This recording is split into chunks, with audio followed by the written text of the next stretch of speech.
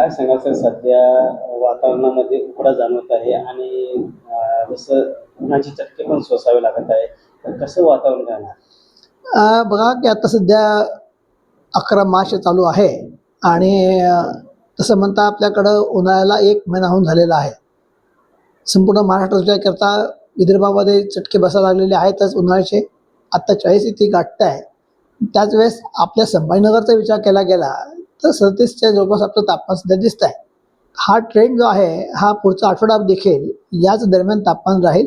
फक्त रात्रीचे तापमान जे किमान तापमान आहे त्यामध्ये वाढ होताना दिसते आहे. साधारणतः 17-18 डिग्री चालू असलेलं तापमान जे आहे 21-22 डिग्रीच्या जवळपास स्थिरावेल आणि त्यामुळे रात्री उकाडा वाटेल असंच मला जाणवेल.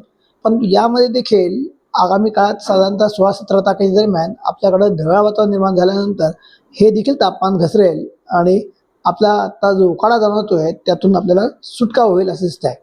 एकूणच गुढीपाडवा हा जो फेज आहे त्या फेजमध्ये देखील आपल्याकडं पूर्व भारतातून येणारी बाष्प आणि ढगाळ वातावरणामुळं आपल्या काही भागामध्ये पाऊस आणि गारपीट देखील अपेक्षित आहे. सध्या किती अंश सेल्सिअस तापमान आहे आणि आता सध्या 10 वाजता आहे तरी उकडा जाणवत आहे, म्हणजे किती प्रमाणात? नाही, आता आता 11 वाजत असतील या गोष्टी विचार करता साधारणतः 31-32 डिग्री ही नॉर्मल टेम्परेचर आहे.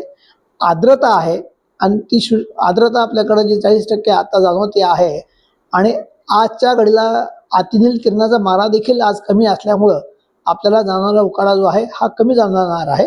परंतु आगामी काळात विचार केला गेला तर ह्याच दरम्यान म्हणजे 36-37 डिग्रीचे तापमान शहराचं तापमान राहील या पुढचे 6 दिवस आणि त्याच वेळेस रात्रीचा उकाडा तापमान जे आहे हे वाढत असल्यामुळं तुम्हाला रात्रीच्या वेळेस उकाडा जाणवेल असं एकूण परिस्थिती निर्माण होती आहे.